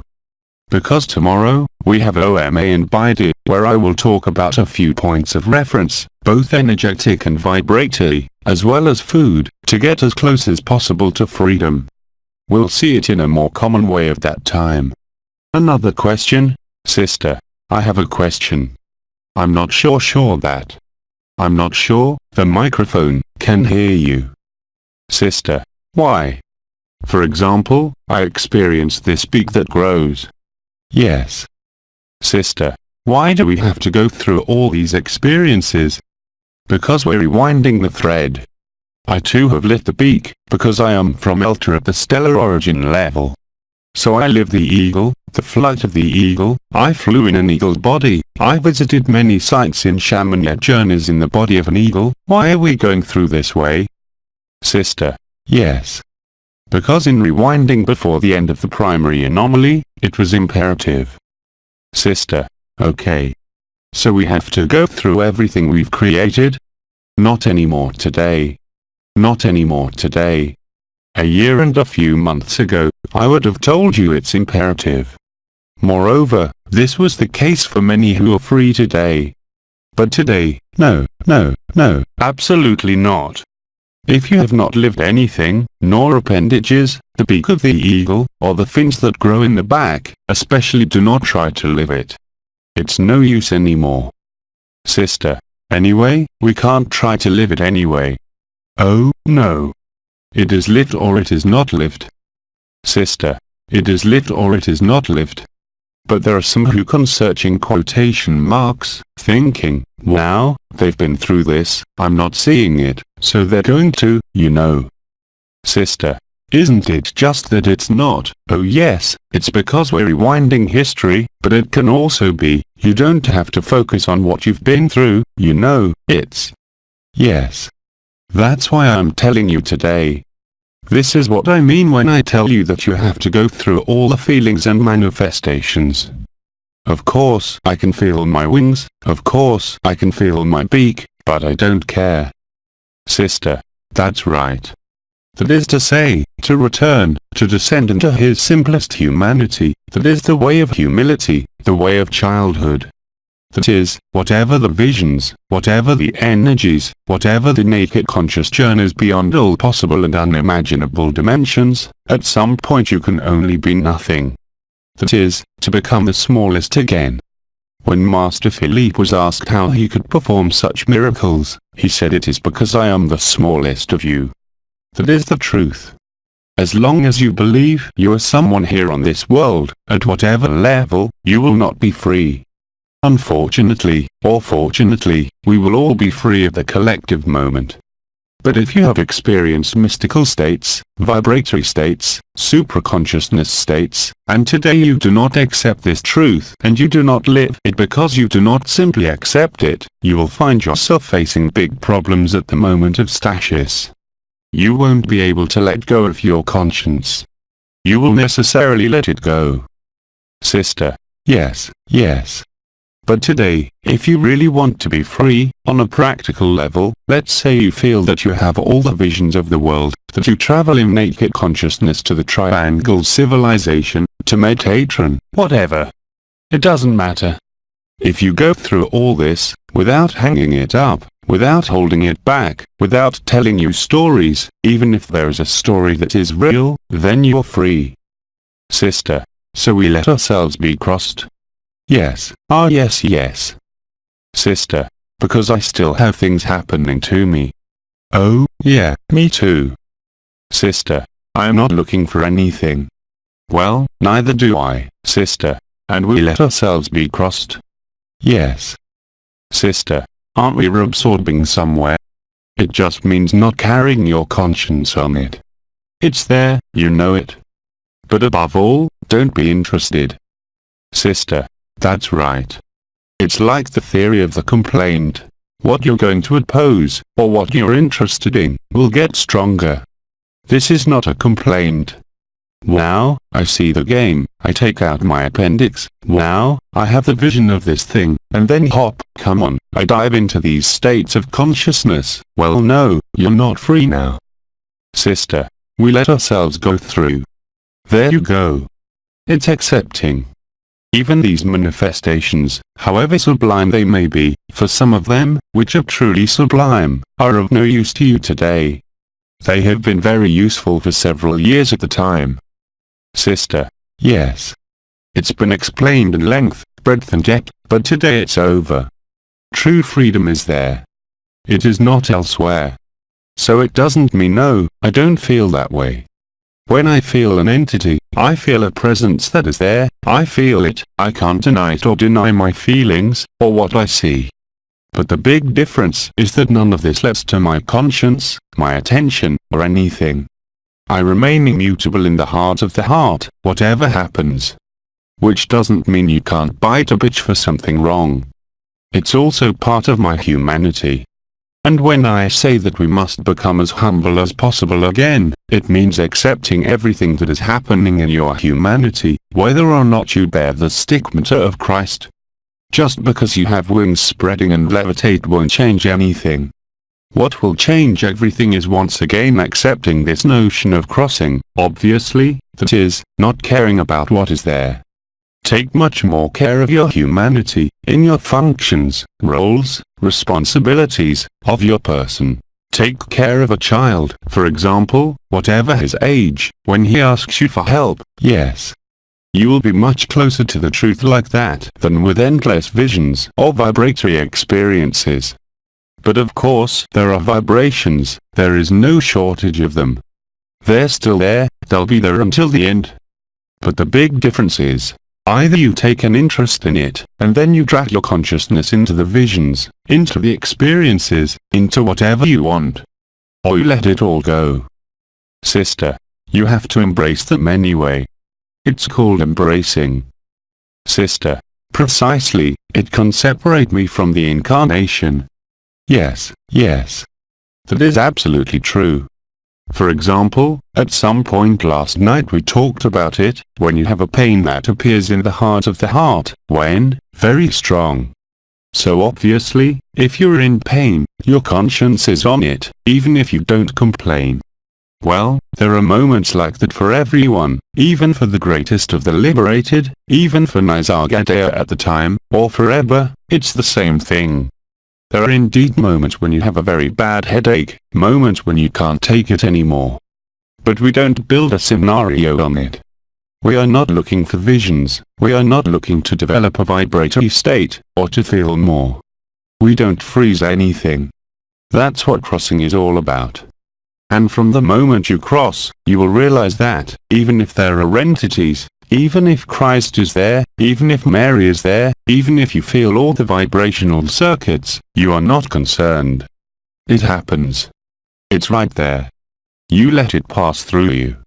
And at that moment, you discover the immobility of the heart, the total and permanent bliss. This total and permanent bliss, which nevertheless, as you say, where there are many moments where it hurts a lot, stop, damn it, and yet, you don't complain. You can feel it. So indeed in these moments, you notice very well that your conscience in spite of yourself is trained, not to complain, not to analyze, but to be, in quotation marks, embarrassed precisely by the feeling. Because the vibratory feeling, or the presence, real, at the limit, bothers you. Because you are so well when you are alone, in the heart of the heart, without anything, being in nature, or doing your housework, or helping your children, that you no longer need any of this. Sister, well, yes. And you feel very well, as the days, weeks and months go by, that the less you take care of that, even if you have visions, the less you take care of it, the more free you are. And the more you have that immutability that's there. And the more firmly this peace, this ineffable joy is established. And that from now on, then even with your ordinary annoyances too, sometimes you piss off if there's something wrong with you, or you get caught up in material things to do. And you feel very well that this indescribable state, it cannot be extinguished. But it may tend to take a back seat. This is intolerable. It's intolerable for everyday life events, it's intolerable for mystical or spiritual events, you know. It is the same process. From the moment you have understood the mechanics that are unfolding and you accept, if they are vibratory phenomena or visions or other, to let them flow without stopping them, without being interested in them, and on the contrary to be interested in the lucidity of the present instant in any brother or sister, or being human, or animal or vegetable who comes to you to ask you something or simply to resound with you, then you are available. That's it, that's it. Love is nothing more than that. There is nothing simpler than that. There is no need for vibrations, there is no need for feelings. Whether or not they are there does not change the reality of love, what I said yesterday. There are brothers and sisters who live this indescribable state without perceiving any energy, without having lit any vision, without knowing what a keka is, without even knowing what a body of light or anything else is. They are perfectly in the right place. And there are more and more of them like that. And we can obviously see that it is in the spiritual environments, in which we were living, that there is the most resistance. Because they are people who have been so nourished by stories, by vibrations, by states of consciousness, that they are unable to remain in this state of agape. And besides, they can't stand the word. Sister, oh, yeah. Well, yes, certainly not. They will talk about a new religion, they will talk about how they will encounter things but foolish, to protect themselves from the truth. Because they are somewhere in a form of spiritual predation. Grandpa explained it perfectly. It is the tornakota of the conscience. It is the one who wants to be a vizier instead of a vizier, whereas he can be a vizier of himself already. When I say that I am Eba, I don't see any role of superiority or function. You're all Eba. It's the only revelation I can give you. The rest is only my lived experience, the lived experience of brothers and sisters. And you can see very well, and I have already explained this for many months, that it will be less and less colorful references to add or references to energies or concepts, even in Hinduism, are nevertheless very promising. When we talk about Saturday Chitanand or Shanti Nilaya, well, it's a very precise definition. No, I prefer the word agape. It's not colored, it's a Greek word. We just don't talk about it anymore, that's all. And besides, it's febrile. Fehum too. She explained that the pronunciation of fehum, that's why I changed the spelling, it's fehum, we pronounce them 2 hours. It is very important, not for your consciousness, but for the internal mechanics of your brain, because you will unlock hic and nuncs by simply saying, agape, agape, agape, fehum, fehum, fehum, in the same way as yesterday when you made the ternary breathing movement at the head level. You will find that at some point, as soon as you think hic and nuncs, the ternary movement starts to move, alone. You will find that when you approach a being, there is a zero time that comes out and heals him. But you never tried to heal him, he didn't ask you for anything. That's the miracle. It is the miracle of love. And indeed, as you said, there are days when vibrations, perceptions or even visions, become more than embarrassing, because it disrupts that peace. Whereas before that it allowed you to go towards that peace. Now it's the other way round. Feeling is an obstacle. Feelings are always categorized as good or bad. The pendulum, it turns one way or the other. And you spend your time in duality. It's as simple as that. And you always make the difference between right and wrong. It's the same when you're in front of a food. This one I can eat, this one I can't eat, but damn it. Eat everything. I was allergic to peanuts, I was eating a peanut, I was rolling on the floor. Now I can eat them. As long as you choose them. Once I didn't choose them and it went very badly. Laughs. But these are all ideas in our heads. You have an American neuroimmunologist who has been affected. He published an article in The Lancet. It's very recent, less than 6 months ago, and he had leukemia. I spoke about it briefly yesterday. It's a fairly serious disease, not chronic, but an acute leukemia, at an average age, and he was condemned. And one night he dreamed he had leukemia. And he said, "Why am I dreaming this? I don't need leukemia." And in the morning, there was nothing left, in the morning. This is the power of love. If you accept that even your illness is a dream because you're a dream yourself, but you heal instantly. If you have the true faith of the goldsmith. But you have to have real faith, otherwise you have to take care of your case, with all the means possible. But it depends on your position. Over to you. If you're in total giving and total surrender, all diseases disappear. Without exception. I have seen not only on myself, with thousands of brothers and sisters, you can imagine that I am in contact with a lot of people, that I have never even seen in my life, on all continents, they all describe the same thing. It can't be any other way. Sister, it means that if you still have a disease, it's not. Yes.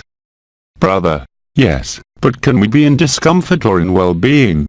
We can choose if we are well, happy, we want to go swimming in well-being, like yesterday in the water. I am neither well-being nor in malaise, I'm in being or in non-being. Brother, that's okay, for you, okay, but for everyone. Because I'm the same. It is the same chemistry, the same brain, the same heart in all human beings. There is no difference. These neurochemical processes, of which I am speaking, that have been proven and demonstrated for 10 years, 20 years. What you are saying to me right now is old people's stuff. Brother, I am where I prefer to let myself be crossed by uneasiness and remain in well-being, in peace. It's not a good thing. Morris, I'm telling you again, this is not well-being. I've never used the word well-being. Brother, yes. All right. Look at the semantics of your speech. You talk to me about discomfort, well-being. Have you heard me talk about well-being and malaise? Good, bad, again. I'm talking about being and non-being. Brother, okay, but when I'm in well-being, I want to stay there more than when I'm in unhappiness, that is. Yes. The intelligence of the light answers you that if you're in trouble, it is for your own good. And if you're in illness, it is also to free yourself from these concepts of malaise and well-being. Brother, yes, okay, but then I think you will certainly come up with something better when it's over. Laughs. But it will never end. The only way to end this antagonism of well-being, malaise, well-being and malaise is the freedom conferred by agape. That's all. That's all. Everything else, even if it has helped us a lot, unfortunately, for more than 30 years, since the Holy Spirit came down to earth, it was to bring us, today, to the gates of freedom, the end of the dream. So living the end of the dream, if you live it, the simple word well-being and malaise evokes duality to me. I'm good, I'd rather be good than bad. Well, yes. So do I. Laughs. But I also accept that if there is an uneasiness that appears at some point, even if I don't understand anything, even if, as a good ram, as a good doctor, I would tend to react, I know that the reaction leads to nothing. I just know it's going to have to go through. And if I agree to cross over, it will disappear. It can't be any other way. Everything you would pose is reinforced, the theory of the complaint, which has been demonstrated for more than 10 years in neuroscience. There are other laws that have been demonstrated. The circuits of reward and punishment. Neuromediators. Those who are responsible for happiness, those who are responsible for suffering, all this, I have explained it at length, but as long as you are subjected to it, you cannot be free. True freedom does not care about well-being and evil, it does not care about happiness and suffering. Because it's not a state of happiness. It is a state of peace, it is a state of truth. This is what is called agape, or fire of the sacred heart, when it returns in permanent radiance. But it cannot be explained through concepts that belong to duality. It's like I told you, there are people who want to talk about the advent of danger, who write books, from the very first lines, you know perfectly well that they've not lived through any of this. They have read books about advent of danger, and they write books about advent of danger. What Jeff Foster said, for example, don't come to me about your spirituality, your gifts, your chakras, your energies, your entities. Tell me more about your humanity. What are you doing in your daily life for your neighbor you meet on the street? Do you pet a child when he cries on the street? Are you smiling at him or not? I don't give a shit about your vibrations and energies, and your well-being, because you won't judge yourself by well-being or malaise. Under what circumstances did you lack love? And I don't talk to relatives, I talk for the child you met on the street, for the doc looking at you. Love is there. It is nowhere else. And this, if you will, is not moral conduct. It is the implication of freedom and truth. You can't escape that. And if you look at all the speech we had, that I had, which was necessary at one time, all the beings who were in the process, called spiritual, who had locked themselves in there, consider themselves as caliph instead of caliph, or vizier instead of vizier, or from above. You are not open, you are not liberated. They didn't understand anything. It is precisely in the flower that is there, in the child who smiles or cries to you, that is the truth. It is not in your energies, your vibrations, your well-being or your discomfort. In these cases, what does that prove? That you didn't give yourself. Brother, I just accept what the light offers me. But you're the light, you are. So you can't make a difference. Brother, yes, well, that's the problem. It is as I said, Christ, when he said I and my Father are one. Otherwise, he would have said I and my Father are an illusion. He couldn't say it then. It just proves that he didn't live the truth, that's all. It was however fundamental for the Christic matrix, which was activated last year, which replaced the binary matrix, but that's all. Don't make it a religion. He said it himself. Don't make it my words, a religion. It's always the same, as soon as there's a guy who comes to earth to say something, we make it a religion. Buddha, Mani, Brahmada, the masters, who were really open masters, they created movements. Only Krishnamurti dissolved the order of the star. When Krishnamurti saw that he was going to be logged in an order and that he remained free. But that is not why those who followed or read his books were free. It didn't free anyone. Today, you free each other through the 0 point. Sister, why do you say that the essence, speaking of Jesus, do not exist? The essence, the Pharisees. No, there are no essence. The Pharisees are. They existed. But the essence never existed.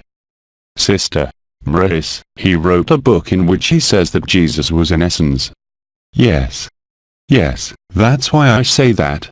And he also wrote a book on the Advait of Dainta. A literary talent should not be confused with the truth of the being. Yes. The first book written by this character and others was about astral travel. They simply went to a psychic, who was a friend, and asked him, "But do you think that's true?" For this friend, medium, we were the reincarnation of the Tibetans. He incensed everyone, he caressed everyone in the direction of the hair. He's very well known for that. Of course, for him you are great beings, you were disciples, apostles of Christ at the time, it started from that. And I guarantee you that when you read this, it's very well written, Memoirs of Essence, it's fabulous. Sister, he says that he wrote in automatic writing the memories of Akasha, finally, that it was Jesus. Yes. It's a certain literary talent. I repeat. He's a great literary talent. I challenge anyone who lives the truth to write this kind of thing. That's impossible. Yet we all got water from that source, me first, 20 or 30 years ago. Sister, how do you know it didn't exist, essence? But check with the historians. Real historians. The only ones who existed, who produced the texts of Nag Hammadi, which were found in the desert next to Nag Hammadi, in the caves, but it has nothing to do with the essence. You're going to talk to a historian about the essence, he'll laugh in your face. Why does Daniel Mrez no longer refer to the care he now provides as Essene care, but as Egyptian care? Sister, yes, but he says that Essene care comes from Egypt. How can you say things and not live them in your life? I had a hard time understanding that. You can write some very beautiful things. At that moment, you're a poet. But you can't present stories from Mekashic annals about things that don't exist. I mean, I don't know. What I'm going through, I'm going through. What the other person writes, he writes. I'm reading it. It resonates or it does not resonate. But I could never say in writing, it's the truth or it's not true. It simply shows me a positioning of consciousness. The positioning of consciousness, of those people who write well, is not the truth. I'm not criticizing. I'm not judging. Let them dream. I'm just saying that whoever lives the truth, can't write. Baba, the source, has not written anything. A single text, the day before his departure on February 24, 1984. Nisargadatta has not written anything. He wrote poems when he was young. But as soon as he lived the truth, very young, the absolute, he did not write. People came to listen to him. That's all. That's all. Sister, when I read the book, I noticed two testimonies when I read the book. There was one who couldn't, because he cried all the time and it wasn't possible. Is that a repentance? We don't know, and one person was on fire all the time reading the book, you see, they were swimming. So what? So what? Sister, and I don't know if it was, I don't know. I can't answer that. But I can ask you, did this person behave in life as I said? Does she smile at any child who smiles at her? To be completely in his present, in all circumstances of his life, or not? Yes, then it's perfect. Otherwise it's bullshit. I don't care how it feels. Totally. Brother, the funny thing about his latest book is that he calls his father AYOUN. What are you talking about now? Brother, from Mre's last book, sister, her last book, Sh's Secret Life. And what do you say his father calls him?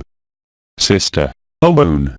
Well, AYOUN has a root, both Jewish and Arabic. N is the I in AYOUN. It means the dove in Hebrew, the messenger. Brother, with a W or a Y? With or without the H. You can write it like the general, AYOUN. The Y is simply Jewish spelling. Brother, it's funny that remark. It can go very far. Symbols and numerology, symbolism, it goes very, very far. But once again, I can only say that the truth is something terribly simple. There is no longer any need today to carry all these stories, all these energies, all these chakras, all these new bodies, all these stars. They are there, they are spontaneously active. It's like you're telling me, I want to walk. Well, it works. Ah. No, I need to know how this muscle works. No, it's automatic. You've learned that. It's in you. It's as if I'm telling you that the truth is simple and you need explanations, understanding. No, you walked. Get up and walk. You don't need to know which muscle is contracting or which part of the brain is going to act. For love, it is the same thing. As long as love needs to be based on a justification, an understanding, an experience, a mystical, vibratory, energetic vision, it is not love. It's simple. It will be energy, it will be personal evolution, personal development, but it is not the truth. There is only one truth. It is agape. It is this indescribable state, which is, today, illustrated through the character that you are, and which does not depend on any world, any dimension, any master, any law, any guru. You're welcome. It's just you. Sister, I think I had already asked this question, but I just wanted to ask again. Can't we bring someone in total love, in agape? Of course it is. By the resonance of zero time. Sister, yes, but a person who doesn't want well, if a person doesn't want to, he doesn't want to. Those who are in spirituality, religions, I say let them dream. Sister, okay. On the other hand, whoever is thirsty for truth, who wants agape, who wants the truth, yes, of course. Today, yes, with agape resonance network. Sister, do we embrace? No, it's different now.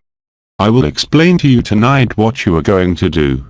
There is no question of welcoming the other, or going into the other, there is no question of movement, neither welcoming, nor of emission. It's just saying, well, I'll tell you tonight. This is not the time for what you're going to do tonight. So you can only see, if you're honest with yourself, that when you live this agape love, indescribable, this beatitude and this peace, you are more and more human. I no longer speak outside the meetings about spirituality or entities. So, of course, you obviously have to when it comes to material things, like in the canaries, there are eagles, vultures that come to rest in the garden. In the vegetable garden you have to notice that something is happening, when the next hour you have a whole herd of transhumants that passes with newborns, beige calves, light and almost white, which passes in front of your house for almost an hour. Well, it's still a lot of synchronicity. Alright, I am observing them. I am not interested in it anymore, but I am happy to see this reality, if you will. Everything comes to you. Really. So it's not a search, it's actually an embrace, but in the process you're talking about, that is, triggering agape, yes. Until now, it has always been said that we cannot open the heart of the other. Today, I say to you, for the one who asks, yes. But his request must not be colored by requests for visions, energies, vibrations, or feelings, nor a request for care. Sister, just open to love. Yes, exactly. That's what you're going to do tonight, and that's what you're going to do in all your meetings now. As I was saying, in Quebec, in general, there are 90 or 90% of the people who are agape as soon as they leave the meeting. Well, in Quebec, they have done better, they are 100%. That said, there was a chance, because there was half of them already free among those who were there. So we were balanced between those who were discovering, those who knew Bernard de Montreal before me, and who took over with that, because they had already had training since the 1980s. You can imagine that they were people who were rather of a certain age, and then we also had young people. A young man who arrived, who was not well and who came out of a gape. The gentleman, Daniel, who had spoken of karma on the first day, he went out in an unspeakable love, he took everyone in his arms, he cried with everyone, while he arrived on the first day talking about karma and suffering. What do you do with suffering? What about karma? It was radical. I can tell you that 4 days later, he was laminated, it didn't exist anymore. Then he met Gandhi, he met the greatest masters in India, everywhere. He told me I've never lived through this. Ah. But I've never lived through that. Ah. But that's not possible. How do you do that? Nothing. We were natural. Above all, we were neither one nor the other, let alone me, in an orange dress, the role of the guru, the master, or the teacher. We were spontaneous, we were real, we were natural. We were frankly saying things. When he started having Maria start crying, making everyone cry, well, it wasn't an emotion of crying. She was carrying this 0 time and it was a total happiness. And you can't resist that. Like I said, you can only recognize yourself. It is written in us. It's always been there. We simply forgot it or we don't want to recognize it. It is not a problem of vibration, energy, chakra opening, door opening, life wave rise, or Marian channel fusion with the heart. It is a state of availability. Your availability must be total for the truth. If you are totally available for the truth, if you are thirsty for the truth, and you exclude all concepts, all beliefs, all karmas, all that you have learned, for an instant, you are free. Really. Sister. Without asking anything, without asking a question, without knowing if I can tell the future, apart from our projects. What future? Sister. Yes, that's it. Finally, not the future laughs. I explained in the video game. I would rather be surprised by what is going on, good or bad, if we take a dualitarian reverential, than to know the future. I don't want to know anything about tomorrow. Brother. Okay. I prefer to be fully available in my present instant. Which doesn't stop me from planning when we organize meetings, sister. That's right. But this is planning. It has nothing to do with anything else. I don't want to know anything about what's going to happen to me, but I can still decide to go to Tunisia on a certain date. Sister, I would like to ask something else. When you're a little psychic and so on, there are always people who ask you for things, always. Sister, can we answer? Well, yes, answer it. It's about the person. Sister, it concerns and then I moved on. That's what I was telling you. Some stopped the energy, because they felt they had to stop, but the others, I told them, but continue. We need energy specialists. Just don't be fooled. Do not pretend, with the energies, to free someone. Do not claim with mediumnity to free someone. You are doing the person a favor. That's all. That's all. It is not the same objective. Sister, okay. Brother, in any case, it is the light that will send the person to him. Exactly. Or no. It's the same thing. But it also depends on what you also express as an intention in your auric field. You know that very well. If you think about such and such a thing, it will manifest itself. It is conscious co-creation. You create something in your energy field and the universe will respond to it. You're afraid of illness. You'll be sick. She's afraid of being stuck, she'll be stuck. Sister, I'm not afraid of being stuck. I'm afraid that after that, it'll cause disproportionate reactions. Yes. We agree. It's the same thing. Sister, in fact, everything I'm afraid of, I attract. You actualize in yourself what you are afraid of. I'm not saying you're afraid of a mosquito. A mosquito, you're not afraid, but you're afraid of the consequences on yourself. Sister, among other things. among other things. But don't confuse things. If someone asks you for psychic help, give it to them, but it concerns the person. Do not mix truth, vibration or spirituality. Because mediumnity, even the most perfect medium, will never be the truth. Even if you say the right things. Our mother, she says events on the same day and at the same time they are supposed to happen. Even years before that. Completely hallucinating thing. Whereas in pure mediumnity, you cannot give dates. Well, she has all the dates. For people, I don't talk about the rest, but between people, she says to you, here, I'm going to see my son, this day, this hour. I'm going to meet such a family member I haven't seen in 15 years, such and such a day, such and such a time. And it happens. This is insane. And yet she's with it. Sister. And it will get worse and worse because I lie a lot. Laughs. Sister. I can no longer lie. We can't lie to him. The problem is, she'll see if you're lying. And you continue to do so. Laughs. Sister. Oh, it's better to laugh about it now. I remind you that we will meet after dinner, so that I can explain to you what we are going to do tonight. What I will ask you to do to save time is to cut a sheet of paper 21x 29.7 into 16 or 8, so that each of the participants or organizers, from everyone here, in short, write their last name 3 times and then their first name. 3 different papers, you write your last name, first, in uppercase, and your first name, in lowercase. Then you close the paper and we'll find a container to put them in. And the rest, after the meal. Through Jean-Luc Young. Les Transformations. English translation, LMF.